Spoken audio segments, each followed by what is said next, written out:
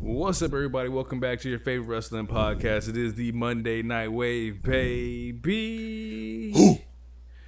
And we back.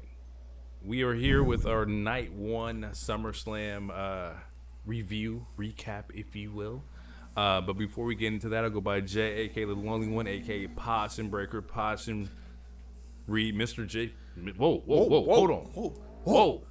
Get it right. Mr. Podwell, Jacob Freeman, because I pod better than you know it. Misrespected Jumper's back in the building, ladies and gentlemen. Kazucha Okada is here. It's been a minute. Stumbled, fumbled. I picked the ball back up. We got it, though. But without further ado, I'll pass it off to the one, the only, not Mr. Quattro. That is right. The man. I am the ruler. I am the co-host you cannot get rid of. The anthill you cannot climb. The puddle you cannot jump. It is I, the third mic, DT. Oh. That's funny as shit. That's actually good. Yeah, we're going to get into this and talk about this little night one. But before we do, I do got some questions here.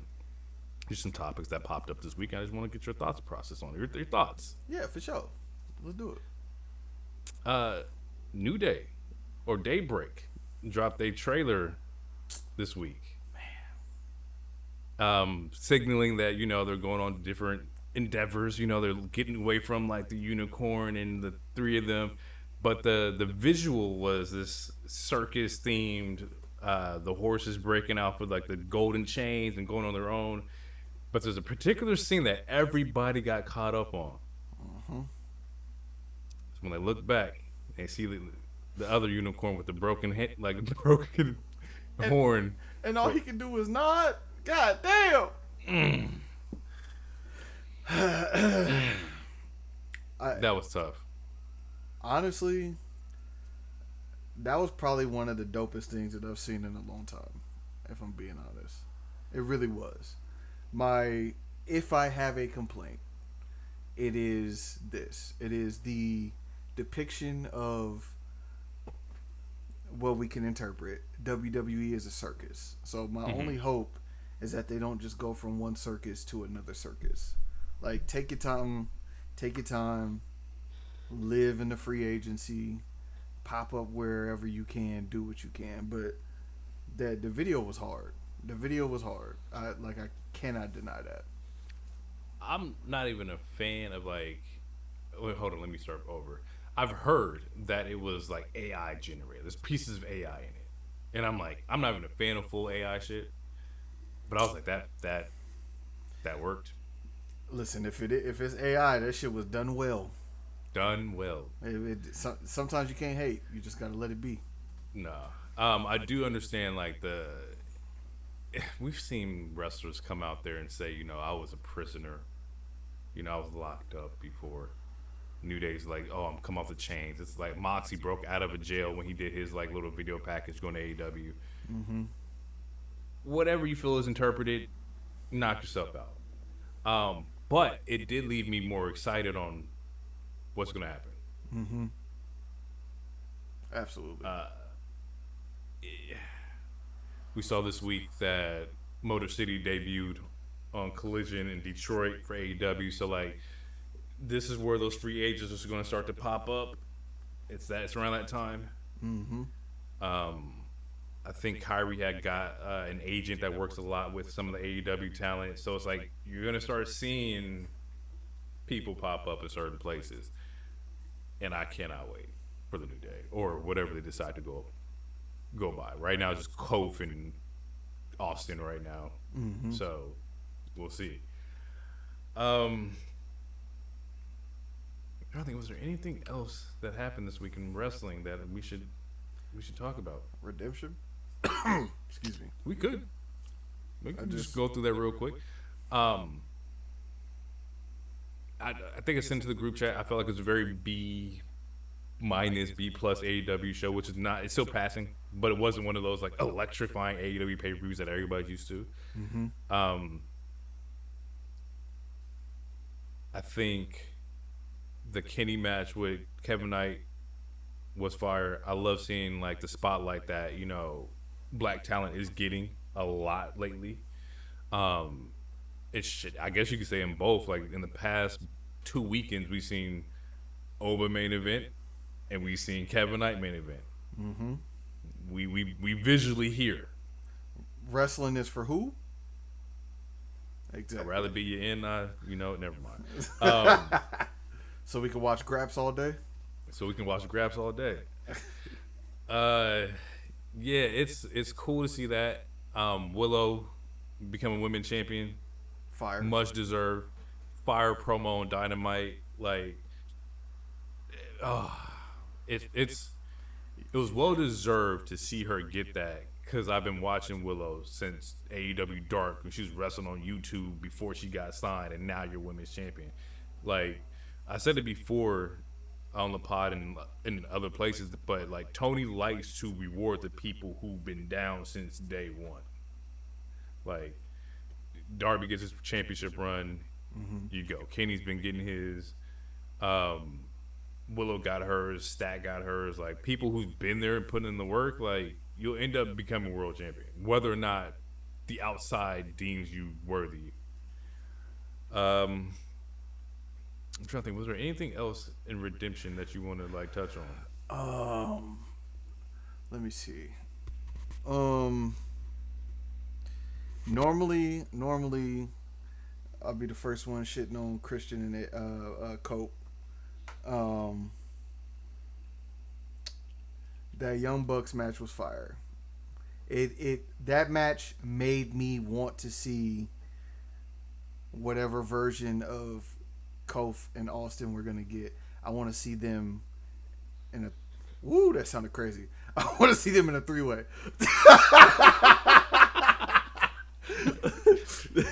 That's I'm tired of getting a small dose. I want the whole load. I want the whole thing. Hey. What other match? Oh, man, Fletcher Bandito was fucking fire. Anytime I tell you this all the time. If somebody wants me to tune in to AEW, just tell me that Fletcher is wrestling. That's it. Like that, just tell me he wrestling. The only thing that would make me happier is him getting the away from Don Callis. And the day that happens, I might truly scream from a mountaintop. I don't know which one yet. I might go to Mount Tabor. I might go to Mount Tabor. Kyle Fletcher is just a star, and Bandito's a really good worker as well. But you can just see, and we've talked about it before. Kyle Fletcher is the writing is on the wall. I get it. You're trying to get through some of these stories. You want to do the Will Ospreay joint. Kenny might be on his last leg, respectfully, but like sometimes, bro, don't make the same mistake that the other company made with Braun. I'm gonna just say that. I'm gonna just say that. Okay. And we can talk about that a little later if you like. But I know you probably skipped this match, but it was fucking fire. Which one? Ciampa Jericho. Oh, I skipped the fuck out of that. Hey, I couldn't skip fast enough, and I like Tommaso Ciampa. Couldn't skip fast enough. Ciampa Jericho was fucking fire. Definitely one of those hardcore AEW matches, sicko matches. There was definitely some bleeding and fake glass shards and whatnot, but it was definitely a really good match. And Jericho, it's probably the first Jericho match where I'm like, that was really good. I would rewatch that match. And it had Chris Jericho in it. This is no, that's funny. This is what I would say. Before I skipped it, I said, "Oh," because to me, the Painmaker is a new character. So I don't know if he's been doing this forever or whatever. But it's a New Japan thing. Yeah. So for me, this was new. I said, "Oh, that's dope. He got a new character. That means he probably gonna be doing some crazy shit. Cool. Respect it." Next, like that. Like, I'm not gonna watch, but like the fact that you can. Like, cause like I've said, I've been the same one. If you've been wrestling since the Attitude Era, it's time to go. Like it just is. Like it's time to go. And I'm gonna stand on that. Okay.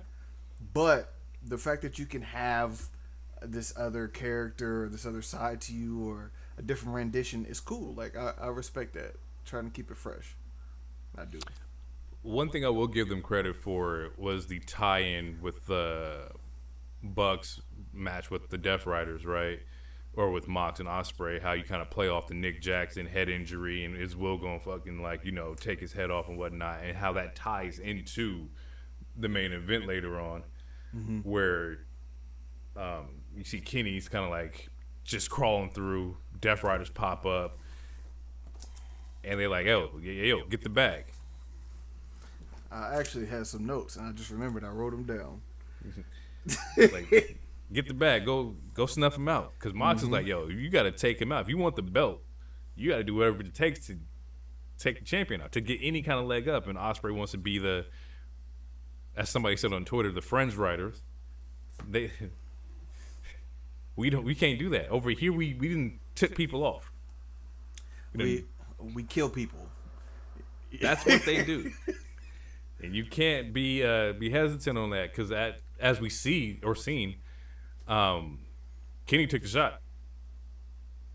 Yo, you want to be goody goody and hop on the turnbuckle and we celebrate. And Kenny was like, "I'm gonna pull the trigger." And you thought about putting this bag over my head. You thought about it.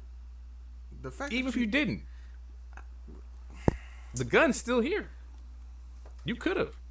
to me, assuming we're just talking about the main event, the match in itself was cool. It was the end of the match, post match was very, and this is not a shot and not shade. This is, to me, this just, it's like, damn, these three are just really connected. But to me, this was very Royal Rumble 23 Sammy-esque. That's what this was. And I don't know Elaborate, refresh me. Roman is going against KO because they have a KO problem, and Sammy refuses to handle it accordingly. So Roman takes it into his hands. At the end of the match, they handcuff KO and beat the shit out of KO. Sammy steps in and is like, nah, like, we don't got to do this. And Roman's like, you right. You do it. You pull the trigger. You do it. And then, of course, at least it was probably one of the biggest pops in the last 5 years from a WWE standpoint. Sammy hits him in the back with the chair. Yep. Fast forward to Redemption, same thing. The match is over. From what I remember, Osprey comes out. The Death Riders come out. And they're trying to put an end to this nigga, Kenny Omega. It's done. We're going to put an end to this right now, and you are going to step up and show that you are part of the Death Riders. You've come into the group.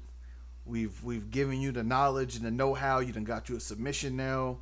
You're releasing new moves, or not new moves, but you're using moves you said you were not using no more. This is a different side. So to make this complete, you need to go where you have never gone before. Just kill this nigga. Just kill him now. Yeah. And then when you face him, we've all done it. Yeah, when you face him in Wembley, it'd be an easier match. Like, just take him out now. So he does the bruv, not doing it. And I don't want to fuck up his move. What's the Hidden blade? Thank you. I almost called it something crazy. Hidden blade. Mox rolls out the ring, unathletic as fuck. And he's like, I'm not doing it. And now he's standing shoulder to shoulder with Kenny. But the only difference is, Kenny's like, nah, fuck that. You shouldn't have been with them no way. You shouldn't have been with them from the jump. And you knew better. And you thought about suffocating me. Bang. Yeah. And the overall story that we keep like missing is that like we still haven't got a Mox Osprey resolution, right? Osprey comes back, he fights Mox, he loses and joins the Death Riders because he lacks confidence. He's not confident in his abilities to get back on top because he was that guy, but he's come from a neck injury and whatnot. The story is still there of him and Mox. We have to figure out what the hell is going to happen here. The thing is, they do a lot of smoke and mirrors and kind of like set screens on shit to make you realize that, oh, that's the play that was happening the entire time. Like, you think you gonna tell Mox you're not gonna kill somebody? He's gonna let you get the title? And that's the thing. Does he do the Death Riders try to intervene in this match? And if they do, the Young Bucks are gonna come. Also, Wheeler Yuta, and I hate to do this to my man's, because this is my man's pots and pans. Wheeler Yuta and Jimmy Uso are the same niggas in two different promotions. They always, whenever there's gang warfare, they always get the brunt of whatever bullshit is happening. And I don't want to. I'm not gonna spend too much time on Wheeler Yuta, but like every time I see him, he getting fucked up by somebody. Like that's what he do. He's the body that get caught. If you want to fuck up the Death Riders, kill Wheeler Yuta. He gonna be back next week, but just kill him. I would like to say that's true, but Danny Garcia got an elbow this week on Dynamite too, out of nowhere, just trying to like shake a hand and gets fucking elbowed by Ospreay. So maybe it's interchangeable. Why are you trying to shake hands with Ospreay anyway? They were like, yo, bro, it's cool. You fucked up. We gonna get you right back. Like, no. He got punched out. Yes. Overall, Redemption was, like I said, B plus pay per view, B minus pay per view. I did enjoy it. It did set up other things which I think was the ultimate goal, was showing you, hey, these are the next phases of the story to set you up for All In. Mm-hmm. Because last year when they didn't have a pay per view, you were trying to force all that in the weekly shows, right? Mm-hmm. So it was a lot. So now we kind of have some guidelines and some plans of where we're going to go here. So we shall see. Before we transition, two things, and they involve the same thing. I'm gonna do something. I done forgot this man's name. What's buddy name that be reviewing the matches? Dave. What's his name? Meltzer. Meltzer. Yeah, I'm gonna do something Meltzer couldn't do. First and foremost, congratulations to Myra World on her match. Facts. Secondly, I'm going to rate the match.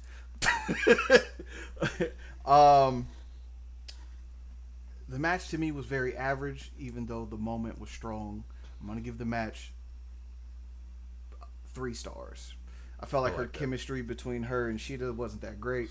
There was multiple moments where they both seemed, either one was moving faster than the other, or they were ahead in a spot where they shouldn't have been. But overall, she captured the gold. Congratulations to her. Let's see how long she holds on to it and defends it. Continue to ride the momentum. Well. It's funny because I said this the other day. First title runs are always really rough, because we're trying to figure out what works, right? Like who you have chemistry with. What do you look like on camera? How does gear work? Like there's a lot of things that transcends just the wrestling ability to make this work. Mm-hmm.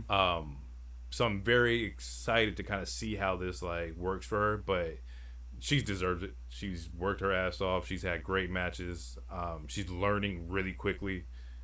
Like I think she's only 24, 23, 24. Like she's mad young. Mm-hmm. So like, yeah, you gonna figure it out, and we'll be right here cheering you on, rating your matches. I actually thought about that too. I was at work. I was like, we should probably start doing that. We should probably just giving our overall ratings on matches. If you want, I'm not against it. I don't think we should do every match on every show, but like no. Like if it's a prominent match that everyone's going to be talking about, I'm down with it. I'm with it. I think we could do that. I think we've covered enough wrestling to where we can give our objective opinions and ratings. I don't know what's our thing. We won't do stars. We can't do stars. We have to do something else. I mean, give them 5 fists. Fists of the Hidden Dragon. No, kind of crazy. Okay, yeah. I can't say 5 mics. That's the source. I know. We'll have to like brainstorm that. All right. Figure something out. 5 elbow drops or whatever. I don't know. Figure something out. Switching over. SummerSlam. Minnesota. Before we get into like the nitty gritty, I said in pre-pod or pre-production, it was okay. I didn't have like a strong emotional attachment. I wasn't really sports entertained with this show. There are definitely some moments that were cool, but nothing that was like, I kept watching because I'm watching WWE. I'm like, what is going to be their social media moment. Mm-hmm. Right? What's the moment where like we're gonna see this everywhere? And I don't feel like night one gave me that. And I could be wrong, but this is based off my personal opinion. I don't think it happened. I transparently, I have a long list of gripes and complaints with just wrestling in general Mm-hmm. at this moment in time. Um, a few of them popped up today on one match in particular. So, like I said before, to me, SummerSlam Night 1 didn't start until the 6-man tag match with the Usos and Fatu versus LA Knight, Solo Sikoa, and Royce Keys. Um, that first match, both both of the women are fantastic wrestlers. They have been known to hold their own in matches, have great matches. I just you could literally predict everything that was going to happen. You know when EO's going to dive outside the ring. You know when there's going to be a backflip outside the ring. It takes too long to set up that spot. You know Judgment Day is going to get involved. Like it's the same choreography. Formulaic. It's just the same choreography. Just not even like it like I you can have a formula and change it and move it around and do whatever, but like it's the same choreography in every match. It feels like with these two women in particular, not when they go against each other because I can only think of a couple times that they have faced each other, but I'm just talking about in general, like in their move set. And I hate using that term, but you know what's going to happen in the match. Right. It happens. There was some all the time. spots that were different. So like it was like the super code breaker or something like that. Like she just like jumps off the top of the ropes, or Liv does. Um, the there was a spot where I don't know if Io like rolled out of an oblivion, like Yeah, the counter and into the counter, the code breaker into the oblivion. the oblivion. Into, That sequence was fire. yeah, There was a pile driver spot that happened on the apron that I thought was cool. But other than that, you're absolutely right. It's just the same things happening at different moments. Some things are just not happening at the 5th hour of the match. They happen at the 3rd hour or something like that. Like it's the same thing. yeah. Um, Even then, watching this match, it was a 13-minute match. I was like, okay, cool, but I knew Liv was winning because this is her first title defense. Yeah, in 100 days. Like she's not about to. First time you defend this and you lose it, nah, not that type of slander on Liv. She can't. Like you heard Hunter, he was talking about you gotta be better than them. You got more pop than EO Liv. Like nah. Yeah, but the person you saying that to is one of the people you mentioned when you said it. What are we talking about? Like, and now I sound like Hero. Like, what are we talking about? Like, So yeah, I thought it was okay, but to be expected, right? Second match, trios match: Royce Keys, LA Knight, Solo versus Bloodline, Jacob, Jimmy, Jay. You know, like when you play video games and like you don't have all the characters unlocked to make the match like a 5-star, so you use like fillers. This is what it felt like to me. I felt you took the look. Let me look, man. Tell you how I feel. You took the Bloodline, right? And the story that we're pushing here, that LA Knight has to defeat the Bloodline. He gets the help from Solo, who's also in the Bloodline, and Royce is kind of like adjacent to Jacob in a way. So I understand the connections there. I just don't understand like where do you go from here, kind of thing. I knew you couldn't have Bloodline be mad dominant because you can't have them completely like trump everybody. I just didn't feel like this match was necessary. I think this is a Raw. I think this is a Friday night we could have done this here. mm-hmm. I will say Solo's babyface tactics are popping off. And I really like seeing him in that spotlight. It reminded me, I think it was SmackDown. Maybe it was SmackDown or Raw. Maybe it was Raw. It was this week's Raw. Where he's pew pew pew pew pow bang Warning pew, shot, pew, warning shots. Yeah, but it reminded me so much of that era of like Rock, where Rock is like just making all the funny jokes to make you look not as serious as you were or Mm-hmm. as you are. And he's now doing it in the suits and whatnot. It's very Hollywood Rock. Like if you look at Hollywood Rock and you look at Solo, there's similarities in the way they deliver their comedicness.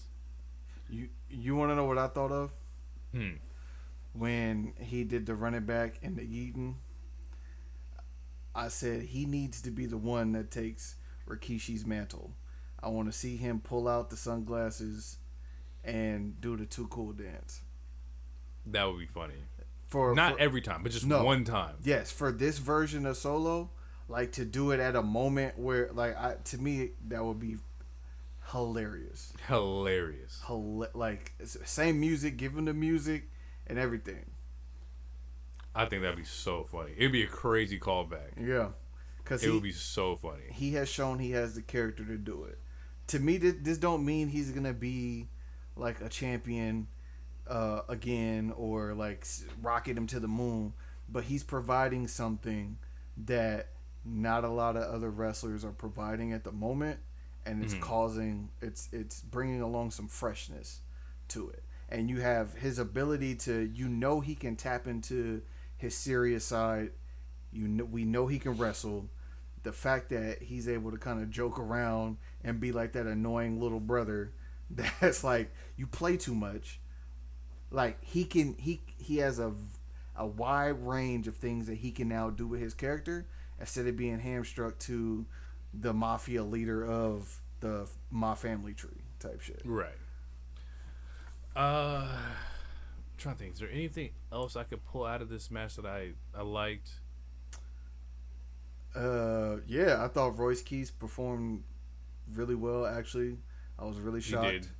And not shocked like I didn't think he could wrestle, but I was shocked by the amount of time that they gave him to like really Yeah. get his shit off, and then finally someone pressed triangle on the barricade move.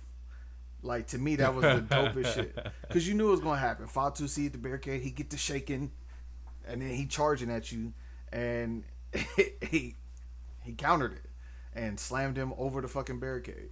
And to me, that was dope. Like just a little shit like that. LA Knight didn't fuck up none of his moves. The Usos looked great. I wanted to see a 1D, but you know that people don't kick out the 1D. So the fact that they didn't do it protected the 1D. Like there was a lot of Solo still got the spike off. Like there was a lot of shit that to me that match was actually a good match, which is why I said like to me that's when SummerSlam started. The handshake hug from Solo LA Knight, which is huge. Yeah. Considering history there. Yep. Absolutely. There was a moment in time where everybody got their finisher off on somebody else. Oh, and shout out to Jay. He sold the fuck out of that BFT. He did. That was. He did. Yeah, to me that was. I'm not gonna say it was the best match that night. It might have been, in my opinion. Yeah. I think the next match was my favorite match. I gotta think about it. What's the next one? I love Gunther Aldis. Oh, yeah. That was a great I just didn't remember the order, but that was a good match. Like Gunther Aldis was really good.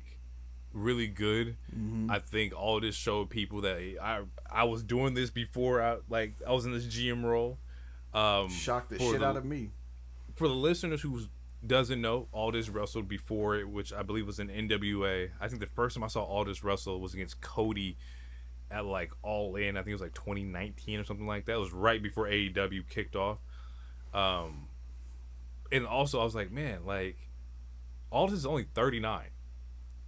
Like he's only 39 years old, and the crowd was telling him, "You still got it," which would have made me so fucking mad because I'm 39. Mm-hmm. Roman over here 41. Seth over 41, 42. Punk is 45. Finn is 45. Like, and you tell me I still got it? No, I know I have it.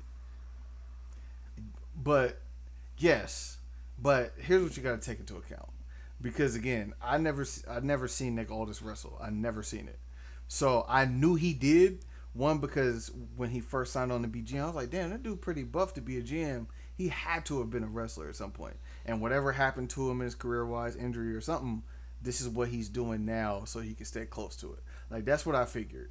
So if you talking about somebody who has wrestled in over 3 years, hasn't been in a ring, and they're going up against a I'm gonna say Arguably a the top best five, and I'm just straight up like not sports entertainer. I'm talking wrestler. wrestler. I'm talking. Yes.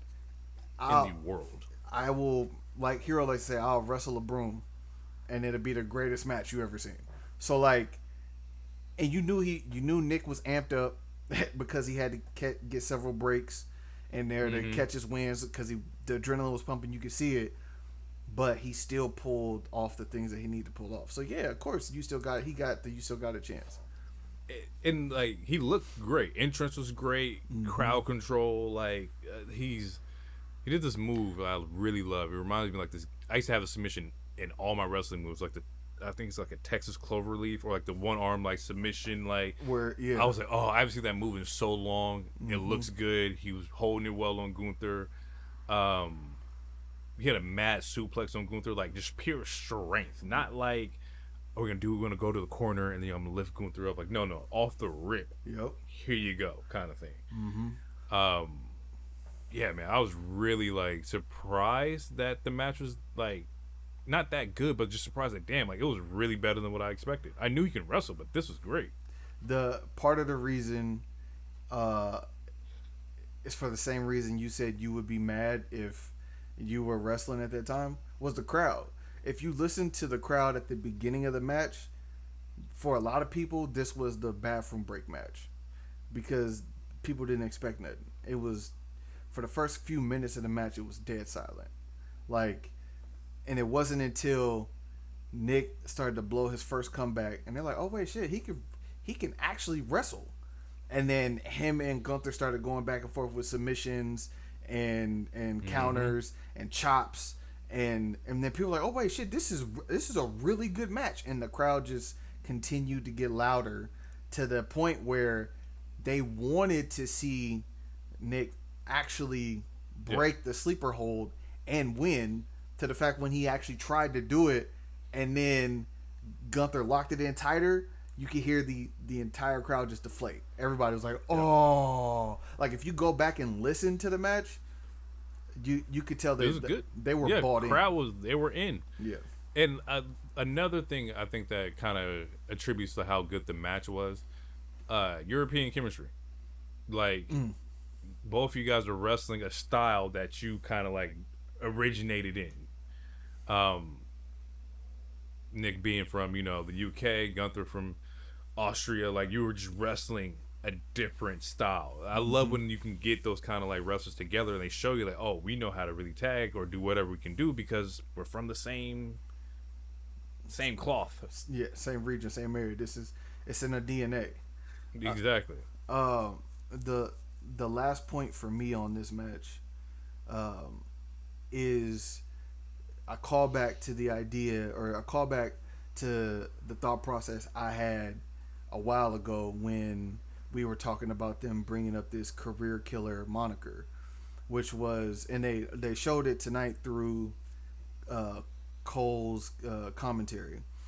I don't know if you remember, but when they first started talking about it, because he got rid of John Cena and then immediately got rid of he got rid of Goldberg. After he got rid of John Cena and then immediately got rid of AJ Styles by saying, I'm going to end your career, we had this conversation of, well, does that mean that Gunther now has to be undefeated and every person that he beats, it ends their career?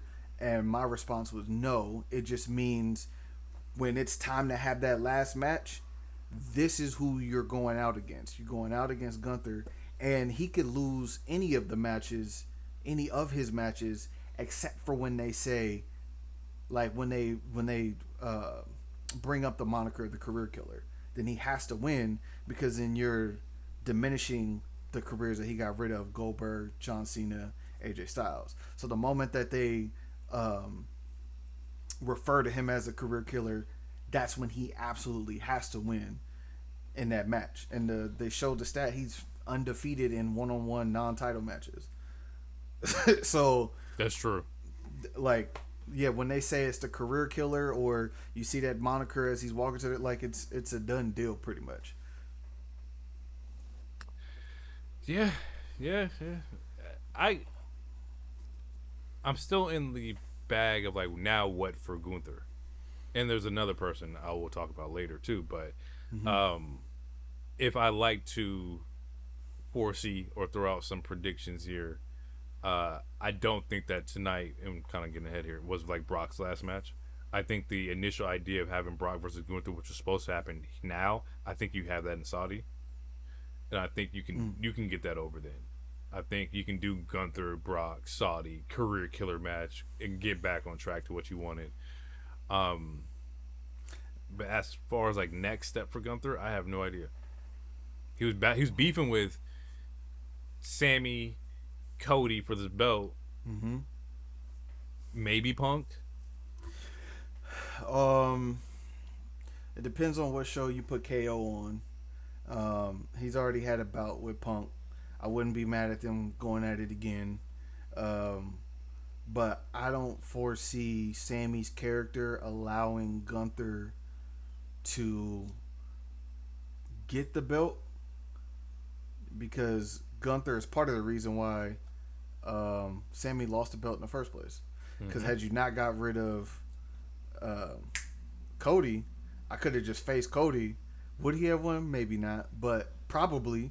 But CM Punk in Chicago is undefeated, so like, or at least there's that aura about him in Chicago. So I can't see Sammy's character letting Gunther get the belt. So I think there's still because he didn't interrupt the match between Punk and Cody tonight. Somebody else did. Mm-hmm. Um, so like to me, I just for Sammy's character, I can't see him allowing Gunther to get over like that. Okay, fair. Trying to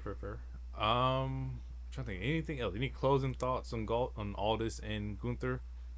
I Great. see that he tried to resign, Mm-hmm.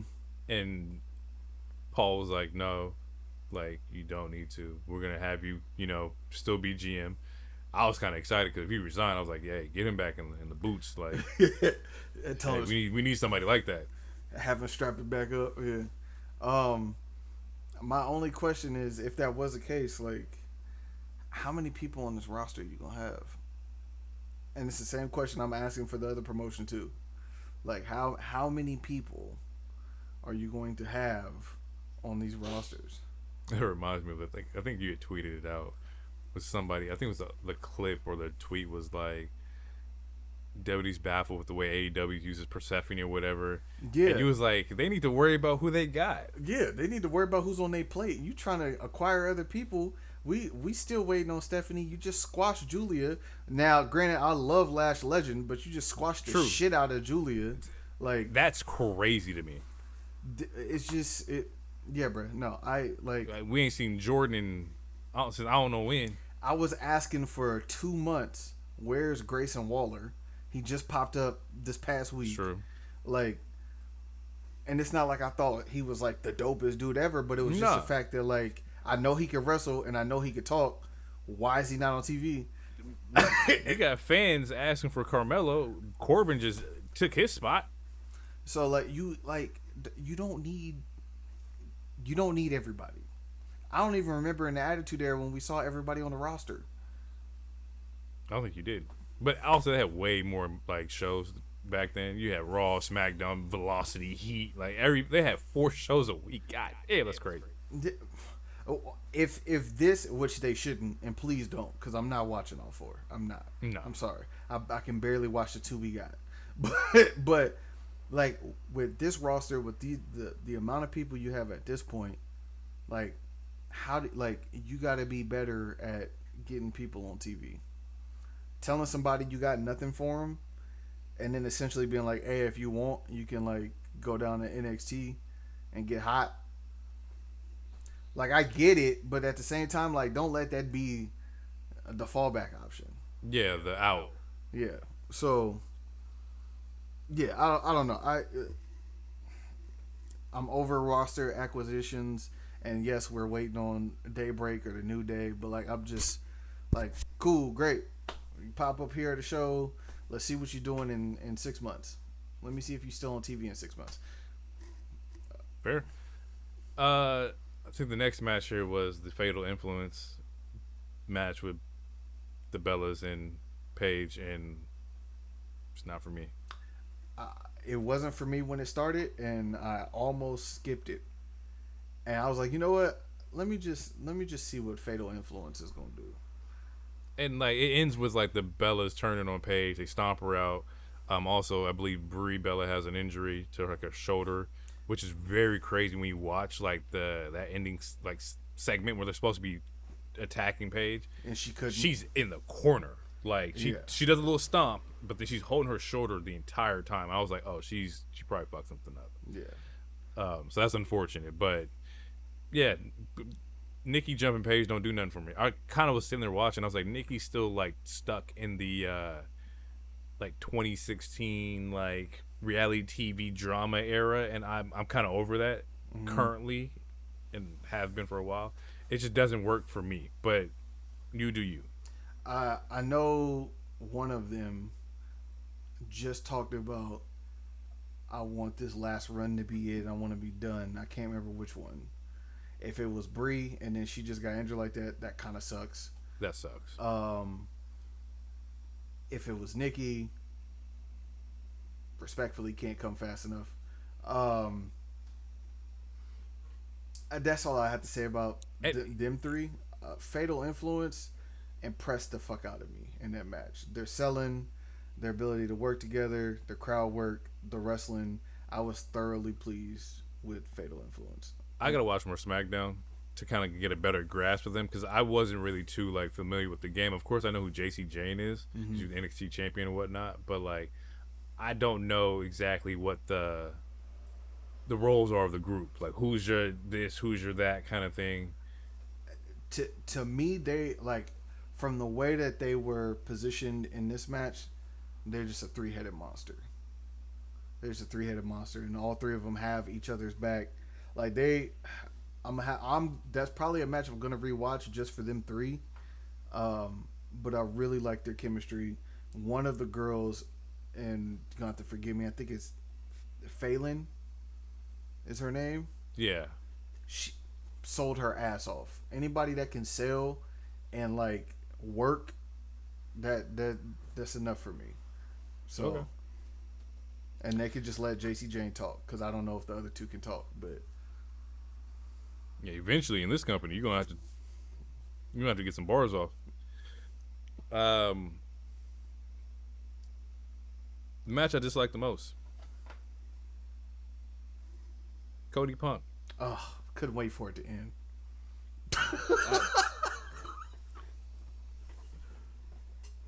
I, you remember like watching Space Jam? Damn. Sorry, this is this is funny. Well, it's not funny. My reaction is funny, but Los Angeles Sparks are trading 5-time All-Star Kelsey Plum to the Phoenix Mercury after she was their All-Star leading voter and their top scorer on the team. Yeah, I don't understand like WNBA like trade values. It's kind of similar to like the NFL where you just like damn, or MLB. I just saw the MLB just trade like a pitcher to like the Dodgers. Yes, sir. Scooble. Let's go. That won like the Cy Young, which is like it's fucking crazy. Anywho, getting back to SummerSlam here. You ever watch like Space Jam, or you remember watching Space Jam and like they lost their powers in the ball, and they were trying to play basketball after they lost their powers? This is Cody Punk. It's just the shells of what y'all were in this match. The nigga tried to hit a fucking moonsault and missed. But here's the thing. Here's the thing.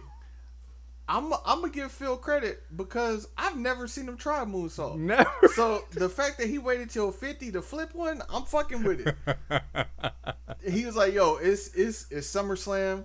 This is my guy. fuck it, I'm gonna get one off. I was I'm, like, oh I'm gonna shit. get this one. It's like Oh, a yeah. miss completely. Cody had to fake like he had his head hit and shit. Ah, fuck. Bro. Just the match was slow. The pacing was awful to me. I did like Cody's interest. The Street Fighter interest was fire. I'm a huge Street Fighter fan, so seeing that was kind of cool. Did not like the Guile hair in the skull mask, but I get it. We're doing promo for the movie, whatever. I thought it was fire. But just the match overall was just like it was a nothing burger to me. Punk ends up diving out the ring to do like an elbow drop, lands feet first to the table, and I'm like, was this necessary? Did we need this to happen? Like, He was trying to save his ribs. I'm not, bro. I'm 50, I get it, and I know you gonna move. Nah, bro. I need these ribs if I'm gonna be a fighting champion. Look, coming from a person who watches all wrestling, I saw a 50-year-old shatter both his goddamn ankles. See, It's possible, nigga. You got to be careful. Yeah, and then even the I'm gonna start calling him a return merchant too. The Orton like return, it's all so formulaic. It's all the same thing over and over again. You just cycle it through like the same 4 superstars, right? Mm-hmm. It's the exact same thing, and I'm over it, bro. I'm over they're fighting. Oh my god. Oh, look. Oh, referee Ric Flair got knocked down. Huh. Who's gonna pop out? Lil Nate. Lil Nate's is down. Huh. RKO out of nowhere. Randy Orton's here. Okay, scrap that. Move on to the next one. Oh my God, Lil Nature's down. It's Kevin Owens. It's K's back. Like, bro, I'm off it, bro. Like, do something else. Give me something different, bro. Do something else. Like, you can't keep revealing or bringing back people in this form or like manner. Like, it's just the same thing. Like, I'm not excited that Randy's back. I'm not like, oh my God, like that was so great. Can you believe it? It's just like, okay, Randy's back. You RKO'd him. Cool. Randy, last time we seen Randy was Mania, so I understand the storyline. Like, oh, you remember? Cody and Randy had that match. We just want you to not forget. I didn't. I did. I'm good. Like I didn't. This entire match, fucking Cole. It's like he's injuring his leg, that knee. He's working that knee. Hey, a Punk landed on his knee. It's like, nigga, I get it. He can't do the GTS if he doesn't have a good knee. I get it. I'm over it. Listen. I am tired. I am. And I told you this before we started the pod. Like I'm tired. I'm exhausted. It is all like you could just pinpoint everything. You can pinpoint everything. And depending on where a match is placed in the card and how late it is into the match, you know there's gonna be a run in. You know some shenanigans of some sort are gonna happen.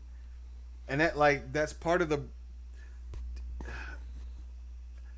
reason and the problem of why we're getting these long title reigns with no defenses, because all they're worried about doing now is getting the champion to whatever PLE or pay-per-view so they can sell it out. We want to make sure these people don't have matches so they don't get hurt, so that they can get to the spot where we're trying to sell the tickets. We're not wrestling anymore. Are there still characters I care about? Absolutely. But like, we're not. And if Hero was here, he would say, oh, you know, Roman is fucking up Raw and this is happening and that. It's the same shit. Whoever has the belt is put in a glass case and they're held on to until we get to this big moment, whatever that moment is. And depending on the fans' reaction or depending on what we've outlined in the writing room will depend on if the title is actually dropped or not. You know what I miss? I miss the moments where it was like mystery challenges for title shots or like matches or whatnot. Or just mystery opponents coming into certain matches. So, for example, Cody versus Seth. I think it was like the Dallas Mania, right? Where Seth is like this opponent that he's waiting. Whoever's going to come out, fucking Cody pops up and the crowd goes fucking crazy. New Day hosting Mania and they introduce the Hardys. Like, oh, who's going to come out? Who's going to do something like that? imagine like They can't. Now I need you to ask me why. why? Because there's niggas telling shit on wrestling votes and Fightful and all this other shit before we see anything. Before we know it, we already knew that Randy Orton was at SummerSlam. I didn't know. I knew that he was healthy, but I didn't know he was going to be at SummerSlam.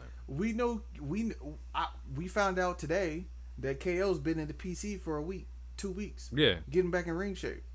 and I started seeing that too. Like he's been gone for 566 days. Like, why are we talking about Kevin Owens now? Oh, I see. Regardless, give me something surprising.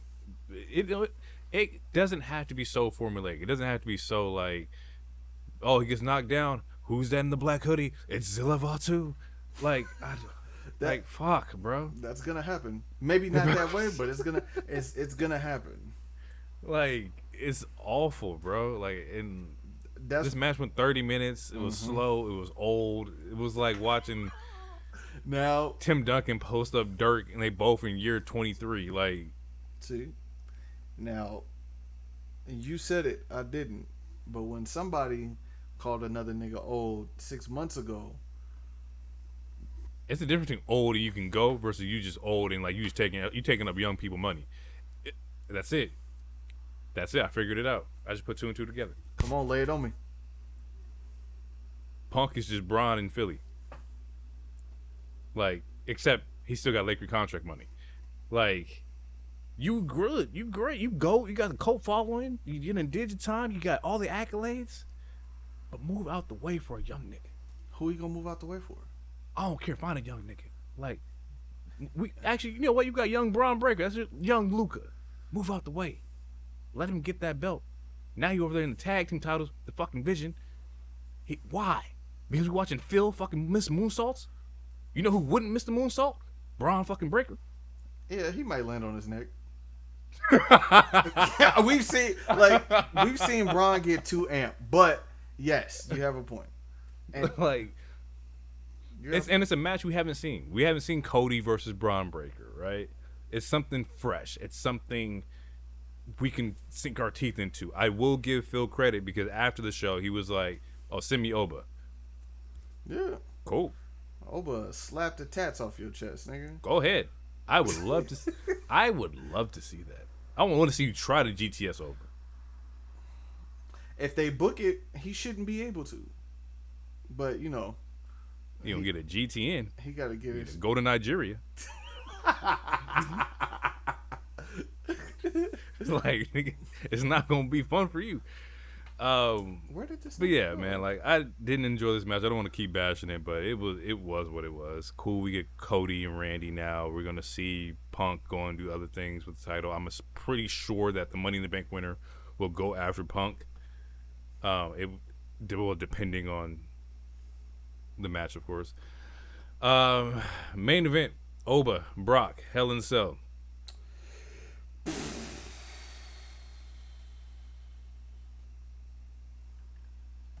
I was underwhelmed. Very much so. I was, and I love Oba. I just had my pod entrance. Like, love Oba. I've been on the Oba train for a minute. Pause. They should have let WrestleMania be it. Yes. They should have just let that be it. I'm happy that Brock got the stick at the end and was like, "Hey, this is the future. I'm out. I'm old. This is the now. This is the future." Like, shout out to Brock. Kudos for Brock. That's fire.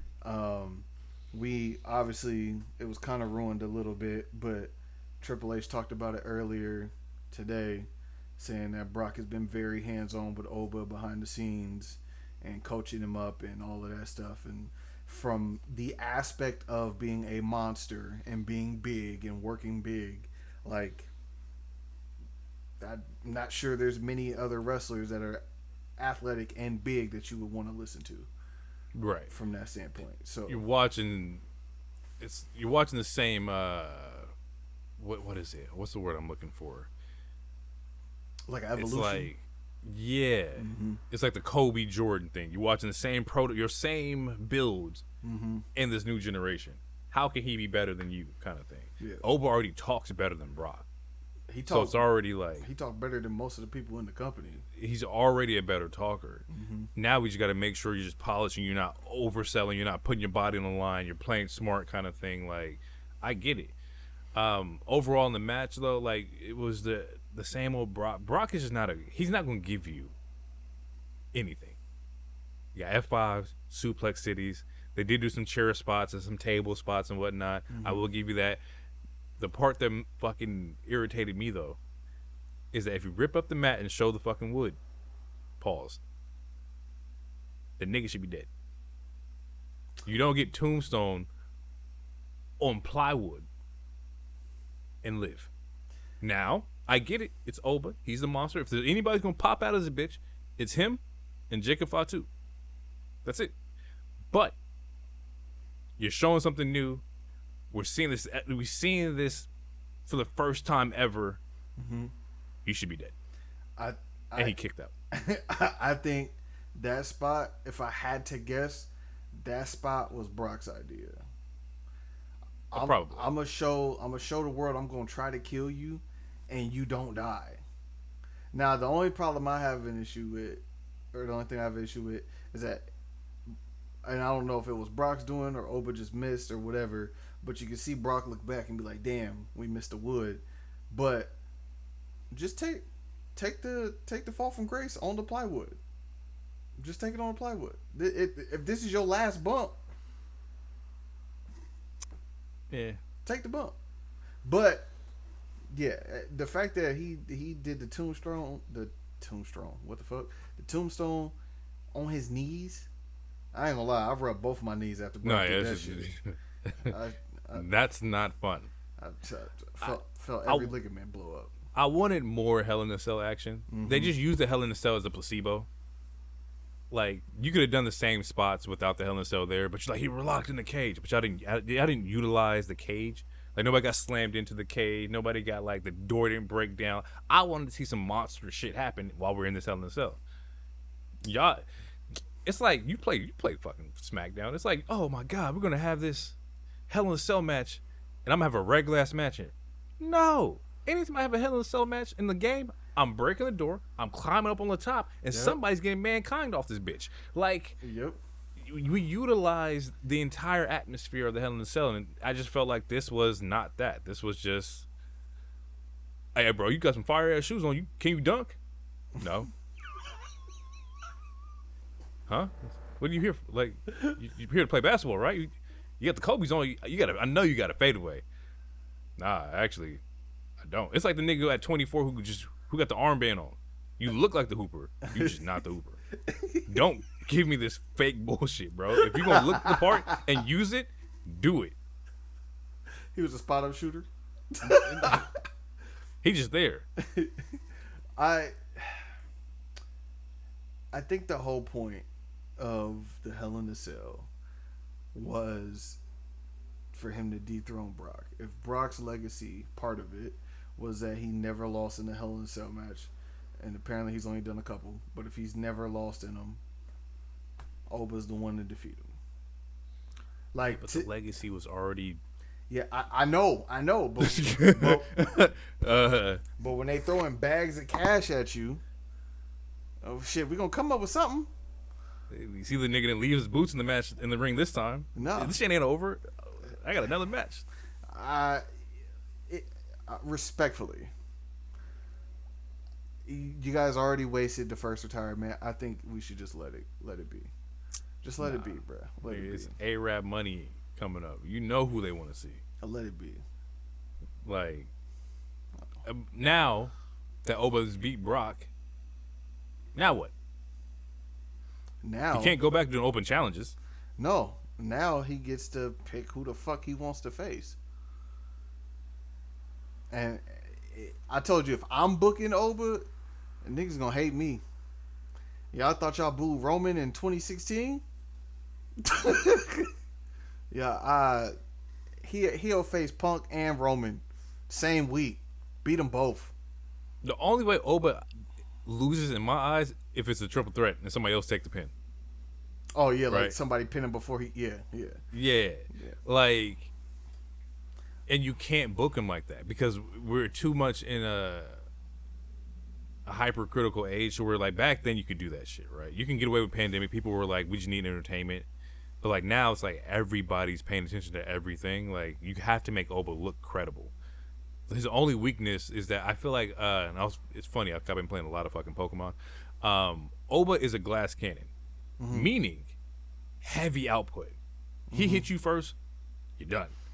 But if he gets started taking damage on him, okay, he's starting to feel a little bit. But you cannot let this nigga hit you first. If you do, it's GG's. He's your Alakazam, your Gengars. He's the motherfucker you throw out the psychic and you one and done. And they be doing this. But the moment that he get hit, he doesn't know how to take damage because he's always been giving damage. I see. A part of me will want to disagree with you on that because aside from Brock, who else is really giving him damage? Who else is taking? But I think that's the point from this match. That's what I'm breaking up from this match is that when he's taking damage, that's when he gets the most worn down. You just have to be able to deal enough damage. But here's the thing, though. We already have that. That's Gunther, because we've seen Gunther lose with the chokehold. Gunther's thing is that he doesn't know how to defend against submissions because he's a submissionist. Right. So it's the same theory, same thought process.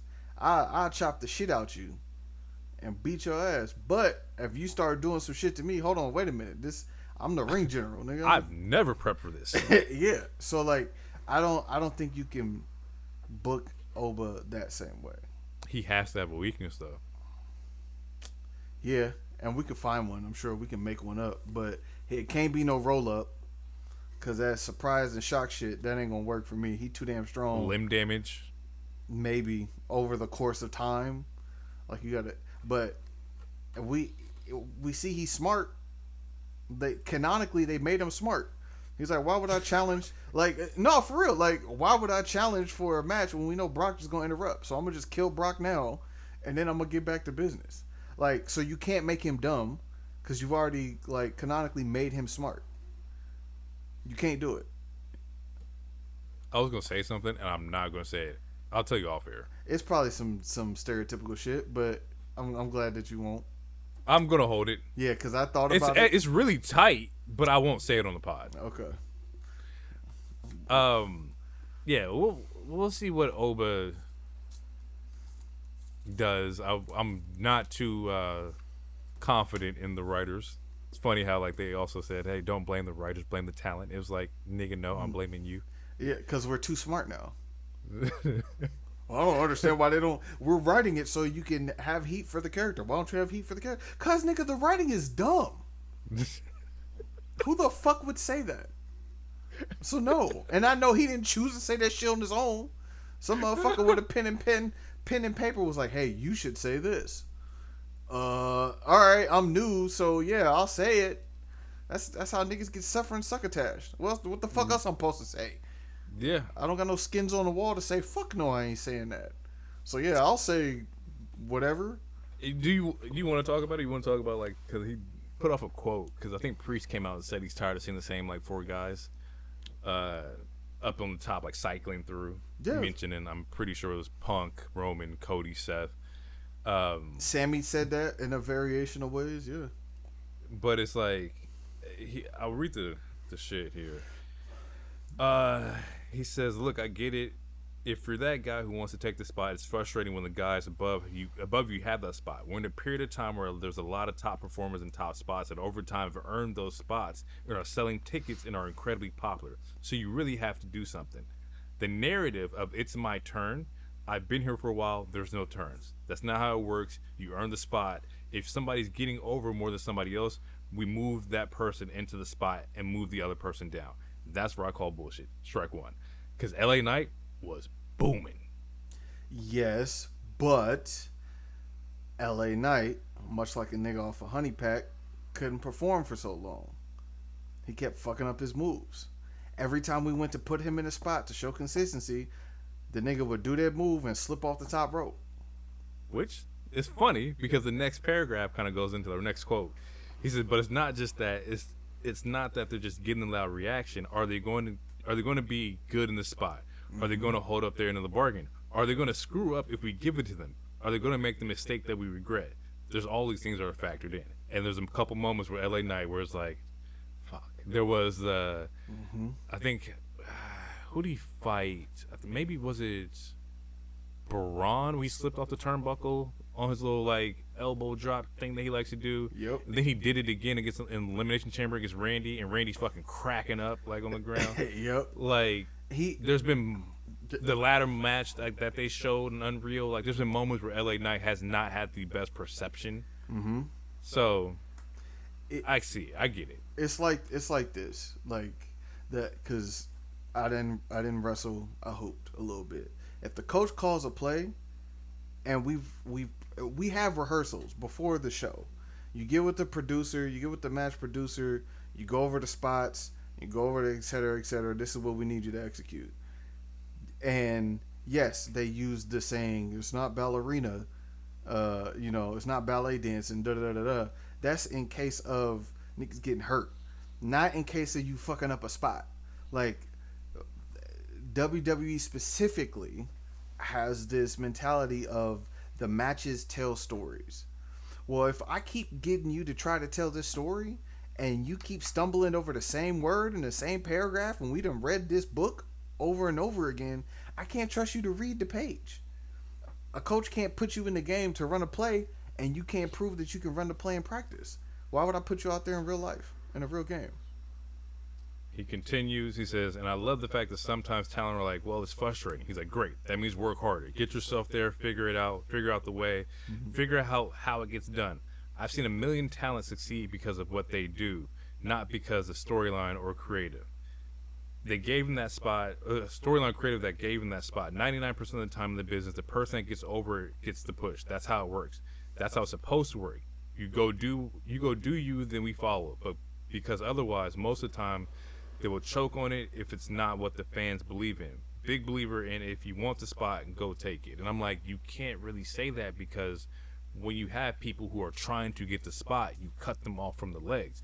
Carmelo Hayes had multiple moments. The 7 match with Andrade, right? Mm-hmm. He's killing it. He had matches with LA Knight. He's killing it. Mm-hmm. He's competing with Trick. And we're cutting this man at the legs before shit can take off. He's always been the spot of where like he's had to start over and rebuild up the confidence from the crowd. Hey, I can do this. And every time he gets a little buzz, we're chopping him off at the legs, bro. Like, and I don't know what's the reason behind Carmelo.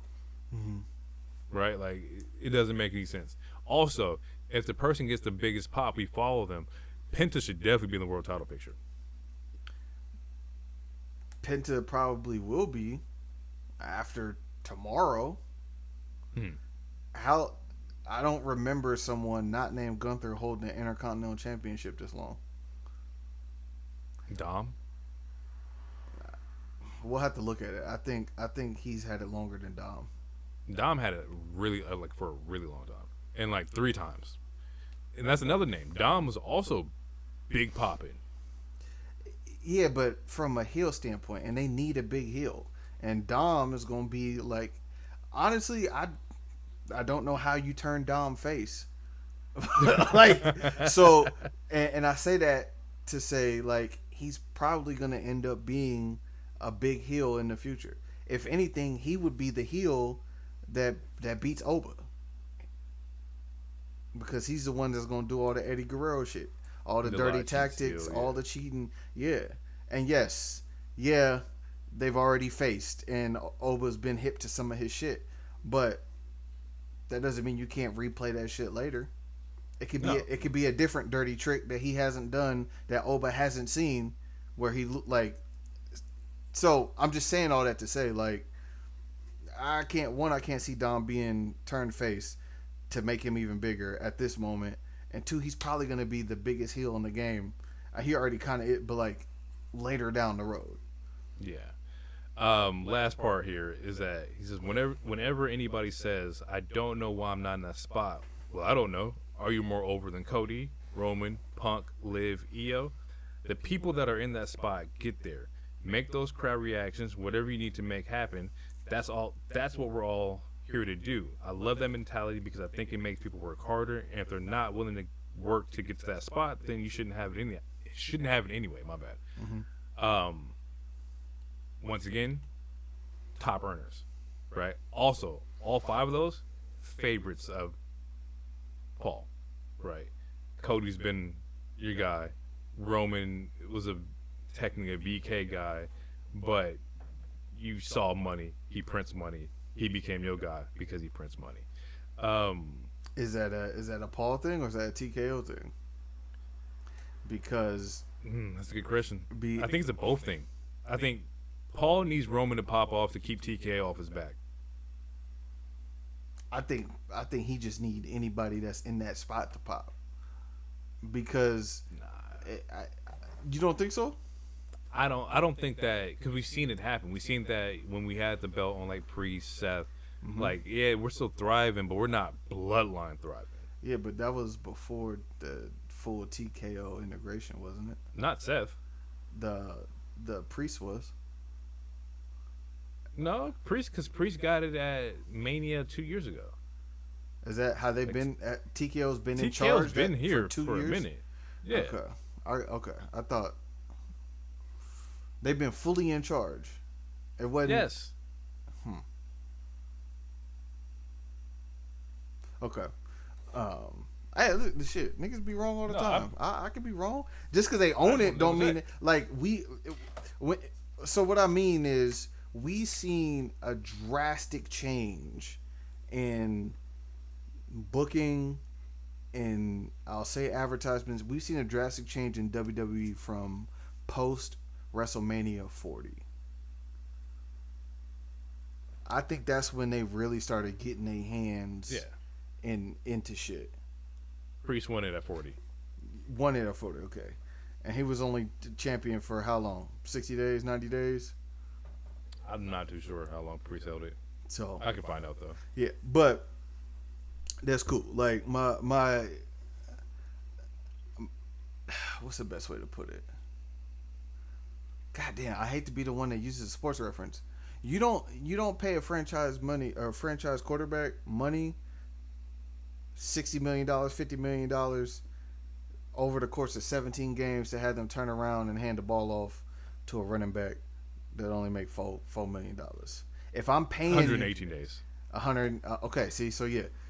So if I bought the company and now I'm paying these salaries and I'm paying a Roman, a Cody, a Punk, a $50 million, whatever I'm paying them, then I want my return on investment. Yes, that makes sense. I don't think the rest of the world knows that sports analogy. That's why they keep looking at everybody like, well, how come I'm not pushing XYZ? It's like, well, we just paid him this. He has a contract of $50 million. He's not going to sit on the bench. I'm going to make sure he's here all the time because I need to get that money back.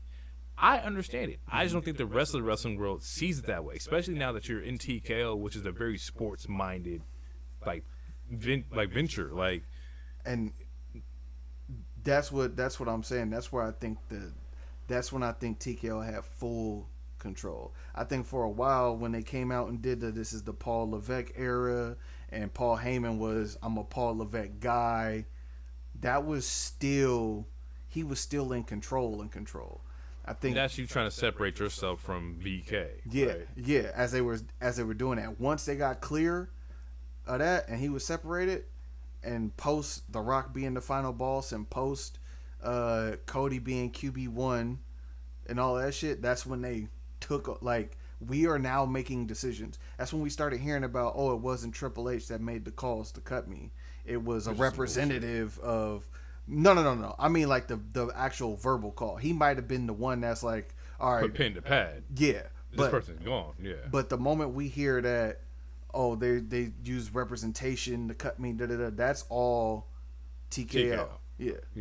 We'll, it's like, look at TKO as keeping the sports analogy. Sports franchise who has a salary cap. We're exceeding salary cap. How do we do that? How do we get under that? We gotta let players go. We gotta renegotiate contracts. We gotta that's all it is. Mm-hmm. But the thing that's really fucked up about wrestling is that you dictate their worth. right? The writers dictate who's going to be big and who's going to pop based off the amount of times that person gets the ball, right? Or gets the moments. So Roman is a 50 million guy because he had the ball in the previous era. They see what he can do. Cool. Randy, we seen what he can do. Cool. But when you're somebody younger, like, yo, I can give Roman 40, but you won't let me in. Now my value's low, and now I go over here, and everybody thinks like, oh my god, I didn't know he can wrestle like this. Mm-hmm. It's like, no, he could. He just wasn't getting the ball. Sometimes the players are not Cam Thomases. That sounds like a shot, but it is. It's like sometimes like they're not like just selfish and like just want the ball from themselves. Like some people are really like, I'm next up. Some people are Tyrese Halliburton on the Sacramento Kings. You trade him to Indiana, and now this motherfucker's an all-star, right? Like you gotta show like some of these young people that this is how it works here. I think they shouldn't have admitted that they felt like we were going to turn on Braun. Like that's where that's where this conversation really blew up about the young versus the old, except like these last like 4 to 5 months, 6 months. And it's because these are money making decisions from a nigga that owns the company. If I'm paying for this person to make this much money, they need to be at the shows, they need to be defending the belt, and we need to get the money back through ticket sales. And it's also funny because like the talent that are in that top 4 poke at each other all the time.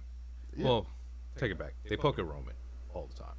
Punk did it where he was like, "Oh, I'll be there because it's in my contract to do this, or I didn't have it out of my contract to have these many dates." Whatever the form that he said it in, but just saying that like my contract doesn't prevent me from doing this. Mm-hmm. That's a Roman thing. Roman's has been very vocal and like, hey, if you want something to happen, put in your contract. You want a private jet? Put in your contract.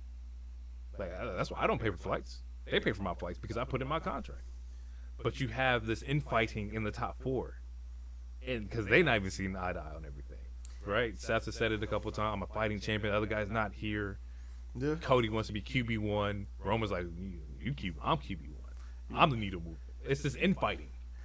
But God damn it, you're gonna make me sound like that guy. It's like these are all responses. All of these remarks are all responses to Roman's last 6-year run. Mm-hmm.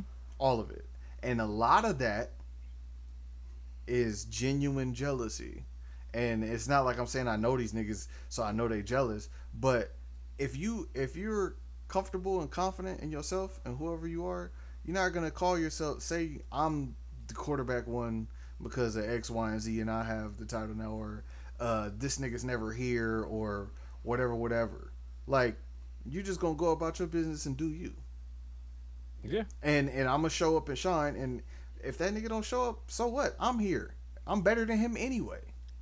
And I'm It's funny because it must be a lot of backstage shit where like, okay, we have Cody here, he's doing it, but like, Roman's been gone for 6 months, but when we get Roman, this is where we can change some shit. Yeah. When we get Roman, when Roman come home, it's like the oh no, what's the? I could tell you. When when the star quarterback gets injured, and I'm just using injured as a term of being like away, you have a backup quarterback that plays the games. He wins a couple games, the team is happy, but everybody's waiting for the star quarterback to come back. We counting the weeks. And then as you see he getting ready to come back, you start seeing your practice touches start getting smaller. Your say so on the game plan starts to get diminished. And you see, oh, you're not really the guy that you thought you were. Because the guy that's the guy is back, and he knows he's the guy because they know he's the guy, and you have to sit with that. The guy that's the guy, when he was out, wasn't really stressing about this shit. No, I'm going to come right back and get my spot back. Because he's the guy. Unless one of you niggas is Tom Brady or Dak Prescott or somebody like that has taken another quarterback spot and they never got it back. And so far, that shit must make people mad. Make them so mad. Because Roman's like, okay, this is what he wants to go with. You want to pass the ball to Cody? Go ahead. Cool. I'll step back. Yeah. I won't have no belts. Let's see how this goes. And he comes out and says, "Hey, I gave y'all time. I was away for a year. Y'all had enough time to be big, and y'all couldn't do it. Didn't do it. So they brought me back, and here I am. And now I work half the time because I'm the guy. And again, this this is gonna make it seem like I'm like the Roman dude, but it's literally just. Cat Williams said it best. A Chrysler 300 looked like a Phantom till a Phantom pull up. You look like the guy. You're getting the pops.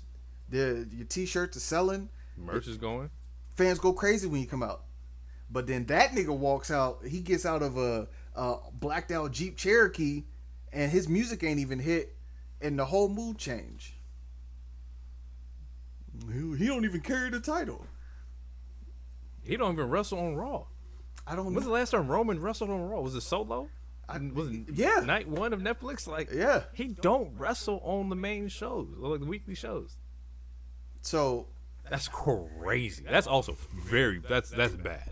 That's bad. Now, yes, from a wrestling standpoint, it is. But when you're talking about from just like a power standpoint, etc., yeah, bro, I come and go as I please because I'm the dude. And if I decide to do something, all you niggas is gonna move. You would never see Roman win a belt in Portland on SmackDown. Like, it's not a thing. Never happened. Whatever, like, whatever belt that he has is the main belt. Look where they put the undisputed WWE Championship tonight. I think that's because Brock wanted to close, and that's fine. But guess what? You wouldn't do it with Roman. If it was Roman, then that would open the show.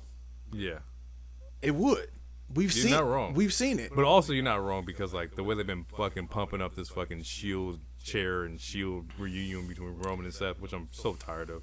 A lot of people you could not have that main event. Yeah, like it has to be the main event. Speaking of that, predictions on night 2. Trick Willie, Baron Corbin. Anything that is not Trick Williams would be sacrilegious. Trick Willie, it is. Sammy versus Finn. I want Finn to win. Story wise, it makes sense for Sammy to win, but I want Finn to win.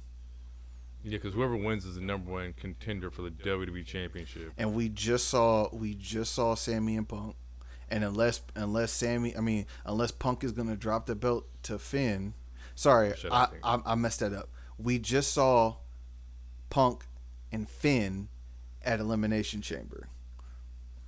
And respectfully, if you couldn't beat him for the World Heavyweight Championship when he had it, so like. We just saw that match, so I think it's probably going to end up being Sammy and Punk, which I hate. And maybe Sammy cheats, does some underhanded shit, and cheats Finn.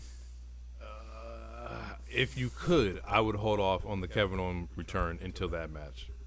The Punk and Sammy match. Sammy, yeah, that makes sense. I believe that you are cursed. Wait, they got a match? Danhausen, Dom, Funny Money, or Human Money's on a pole. Which is just, we can do this in Magic City. We ain't got to do it here. Danhausen's going to win. Danhausen's going to win. It's unfortunate because Judgment Day need the money.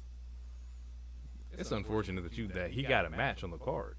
I'm not. That atrocious ass concert. I'm not mad at that. I'm not mad at Danhausen. I get it. I know what his place is. I know what he's supposed to be for. I understand his role. It's just like, God damn. You got to do it, bro. If you say he understands his role and what he doing, I know. He there for the kids, and he pop out with little people every time. Man, I almost said the other word. He pop out with little people every match. Yeah, I get it. I don't dislike it because it's not Grande Americano, so I'm not hating on it. But like, that's hate. That's hate. That's so be it. So be it. Like, yeah. I get it. We have to finish the story. Whatever you're doing here with the Human Money's on the pole match, which makes no fucking sense to me. But sure, there better be a fucking pole too, like a stripper pole or some kind of pole. It better be a pole in the If middle of the if there's ring. a bag of money tied on like a tetherball pole, I'm gonna lose my fucking mind. I'm gonna enjoy every second of the match. I am. I'm sorry.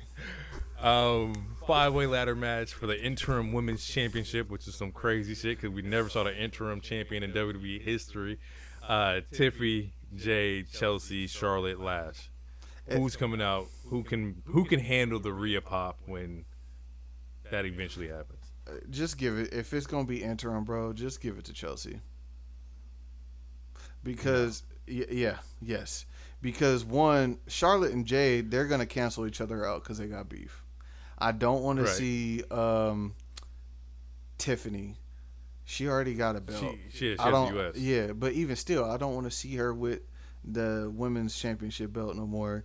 They're not gonna let Lash get it, or they might. They could actually let Lash get it. It'll just feel the online shit, but they could let Lash get it, and then Rhea beat her in 3 seconds like Brock did Kofi. Any European tours coming up? Yeah, that probably makes sense. Yeah. I think that you can still run something between Charlotte and Jade if one of them has the W championship. It might make more of a staple of a match. You add something to the match. You're to me, you're not going to put the belt back on. You're not going to put the belt back on Jade this soon. You're not, because you just took it off of her and gave it to Rhea. So if she's going to be the interim, you put the belt back on her just for her to lose again to Rhea, and nigga, I'll fly to Bristol, Connecticut. Because I'm employed now, nigga. I will fly to Bristol. And then putting it on Charlotte, not yet. Let's wait that out a little longer. I think it makes more sense for her to win the belt off of, like, if she ended up being the number one contender instead of being the interim, and she ended up going against Rhea, you might have something there. It's like a rematch from 39, and now it's kind of flip-flop. But I don't think Charlotte's going to get the response that she wants if she's going against Rhea. Would you take Charlotte as Money in the Bank winner? Would that make more sense for you? I mean, if you're going with, watch your tone, David. There's too much dip on your chip. If you're keeping certain accolades with a certain populace of the roster, that's the best way for me to say it without saying motherfuckers is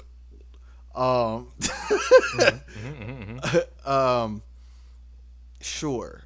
Do I want that though? No.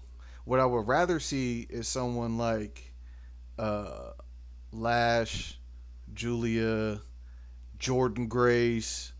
Like, there's a list of women that deserve to have the briefcase and actually get a chance to hold the belt and cash in. And that's where I feel like Chelsea's at. Because if you give it to Chelsea, she's interim. I don't want to see Chelsea get squashed by. It's Chelsea.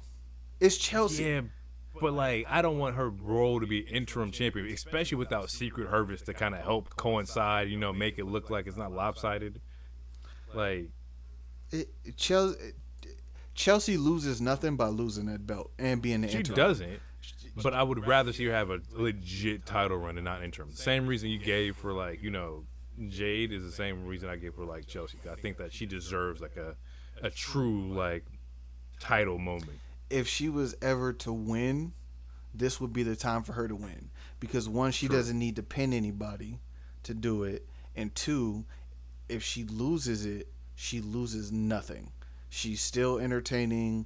She's still going to have a spotlight on her. Who knows the fallout from Chelsea getting losing her belt in a 30-second match with Rhea, like how that's going to affect her character. And then maybe she goes and wins Money in the Bank to get her belt back, and she can be the first, like she talked about, be the first woman to ever lose a cash in. Okay. So Penta versus Chad. Writing's on the wall, buddy. It's finna be a whole lot of miedo, all kind of fear for Penta, because Chad is winning. Just wrap that up in a blanket. he's winning. I expect a great match. I think they're gonna have a really good match, especially with all the time Chad has been had in Mexico. I think we're in store for a heater, and which is all I want. Like, give me a heater. Penta can go, Chad can go. I think we're about to get some shit. If WWE is smart, which I believe they are, they will give us a small montage of all the shit that Chad is going through. The last thing that we see as a part of this video package is Chad losing to Sammy for the IC belt and his kids crying. That'll be the last thing that we see in the video package.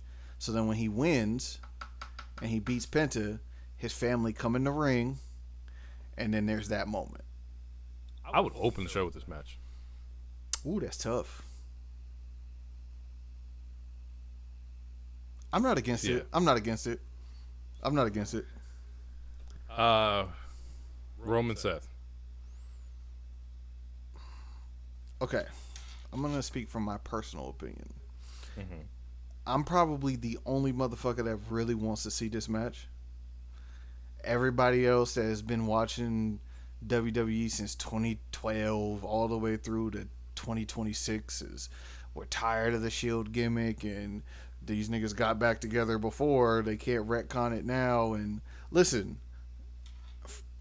from me, I just think about the fact that if I was to ever wrestle in real life, I would want to wrestle against somebody that I really fuck with. One of my boys that I came up in this shit with. I would want to have that moment. I see no reason why people are making a big deal out of this. It could just be a match to have a match because we want to make sure this match happens before it can't happen. So let's go out there and have fun. Roman's probably gonna win though, and I don't have a problem with that. But if Seth wins, I'd be shocked. I wouldn't be mad, but I'd be shocked. It's just the amount of times that they have, right? Like, see, but I never seen it though. That's where they get you, is that the people who haven't seen it, the new viewers, you've never seen Seth versus Roman, right? But I'm like, we've seen Seth entangled with Roman for the past 2 years? Longer than that. So you did, well, I mean, consecutive, right? So 2024 is the tag team match with him and Rock versus Cody and Seth. Yep. And then we see the fucking Seth Rollins, Roman at fucking 41 in the triple threat with Punk. Like, yep. You're seeing them do this. Like, but this match would have happened already though. It was supposed to happen this past WrestleMania. But when I bring up shit, it's, I don't know, bro. Like, I'm just tired of the Shield element being the pinnacle of the story. Right? What else? It's like telling the story of TLC and leaving out Left Eye. You can't. Right? Oh, I almost made a bad joke. Listen, I saw it. I saw the glimmer in your eye. I saw the glimmer. It was sparkling. You want to say something foul? I was. She left the group on her own accord. You can't tell the story completely.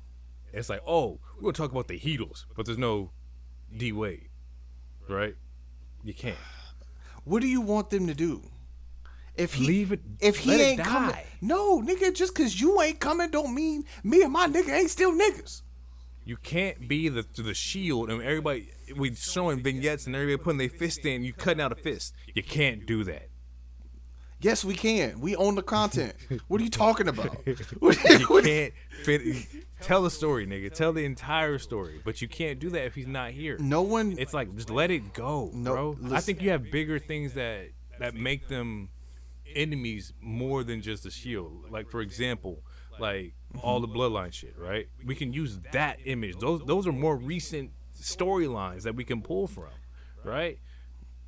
Use that shit. We don't always have to tell the story of like what happened 10 years ago. You waiting on the story 10 years ago to complete? We want to see the ending of a 10-year story? What, you think you're the MCU? I was just finna tell you how long you think the Infinity Saga went. Nigga, they ain't got Infinity Saga writing or budget, and you don't got Spider-Man, so fuck off. Like, it ain't like no, bro. Listen. The history is important, because you have to know where you come from in order to know where you're going. What Oh God. what my hope was, and I had this talk with Hero a few days ago. What my hope is that this match happens. They can put all that shit to bed, and you're probably gonna hate the beginning of this, but a newer, darker, more sadistic Samoan enters the picture. Claims his right to whatever his rights to whatever. I ain't gonna say who. And it forces these two to back it. That's what I want to see. Everybody, Hero loves the will they won't they shit. I want to see the damn now they have to.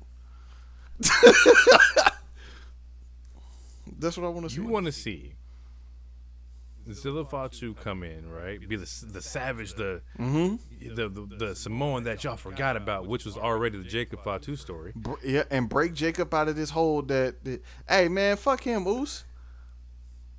And you want the two I get it. The two crazy prison written Fatus to beat Roman's ass, and the only nigga that can help him is Seth Rollins. That's what I want. That don't mean it's gonna happen. And there's gonna be a nigga somewhere talking about this. That's dumb. That's bad writing. It's gonna be me. Hey, we've seen worse writing, brother. This is also true. We have seen this worse. Is definitely true. I don't know. Like, this is why the top four has issues, because we're running into the same shit, right? Come like, okay, well, if it wasn't Seth, who would it be? Well, we seen Punk. Okay, if it's not Punk, well, who would it be? Shit, we seen Cody. Fuck. Well, if it's not Cody, who could it be? It's like, damn, they did Drew. You're running the same plays, bro. And that's why, at the end of the day, there's only one that can extinguish all this shit out. His name is Oba. Sometimes you gotta put niggas out to pasture. I'll be down with that. Bro, something new. They had Brock beat The Rock at SummerSlam, and that nigga was 22 years old. 23 years old, became the youngest WWE champion. And then The Rock went and made movies. Thing is, Oba getting jumped. Oh, now, okay. Let's talk. I'm all for, like, strong black men. We can hold our own. We can get down. However, you have never seen one black man try to fight 5 Samoans. Malpractice. It's time for him to right all the wrongs and atrocities. Has Oba ever seen the bottom of a Jordan 1? He about to. Who the fuck wearing Jordan 1s? One of them ooses. Shit. Like, nah, bro. Like, if he's able to do, if Oba's able to beat Roman, it has to be in some situation where, like, there's no outside interference. Like, he needs, like, a Continental Classic kind of match where can't nobody interfere. I told you, just beat the thing I talked about the last time we was on the pod. Y'all said I was dumb for. I'm bringing it back. Just have him run through all the ooses, all of them. Fatu too. Have him run through all. If he does, by the time you run through 5 like Samoans, you're gonna be dead tired against Roman. Which at that point Roman should win, right? If you knocked out my entire line, you should be battered on the way up here. Which can go back to my point of Oba's weakness is that you've never taken this much damage. Who the fuck is mowing their lawn at fucking midnight? That was a motorcycle. Like, this nigga pulls the lawnmower, like, it's time to cut.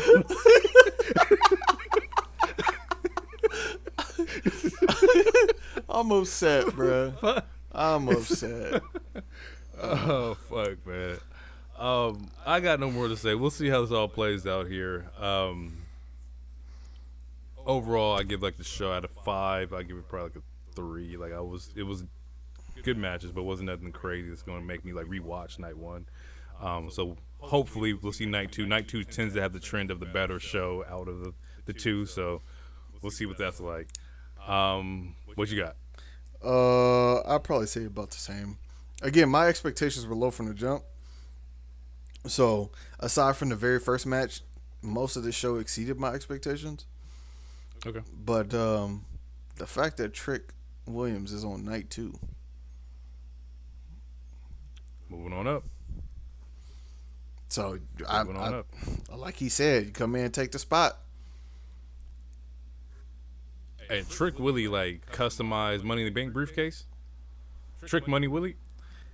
Bro, I still gotta get the. Ooh, I probably could get it right now. I ain't gonna do that. But that U.S. belt with the fur. With the fur. You see this coat?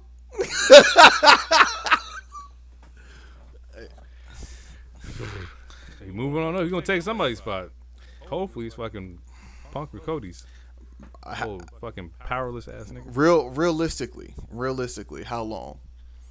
Realistically, not from. If it was me, That's why I said realistically. 6 to 12. I What's think we start building in 6 and 12. He should have it. what's the? Just quick. You don't have to be super detailed. What's the train of thought? What's the dots? What's the story to get him there? Because he would have to drop the U.S. title. Right. I say drop title to Mello. Okay. We'll go failure at like Money in the Bank, but you get close. You beef with like Sammy because we already have the tie-in with Sammy. Mm-hmm. Kind of knock Sammy out there. I can't remember. Elimination Chamber is before. No, it's after Rumble. Yeah, it's after Rumble. Yeah. He don't win Rumble, but I have him win Elimination Chamber. Ooh.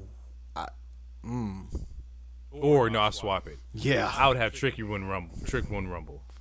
I think Trick winning Rumble would be fucking nuts, but it depends on where you do it. Where's do we know where Rumble's at this year? If Trick was winning, it better be in like DC. If he won the Money in the Briefcase, that's at New Orleans. I think that'd be fire.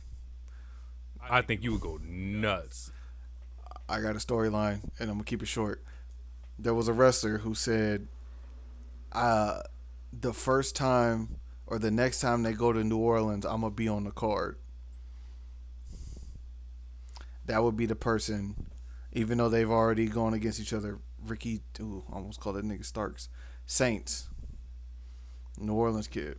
I know they already had their little thing, but that could he could lose to Ricky Saints at Money in the Bank. I don't want to see no match card with Bob Barker's on it. I feel you.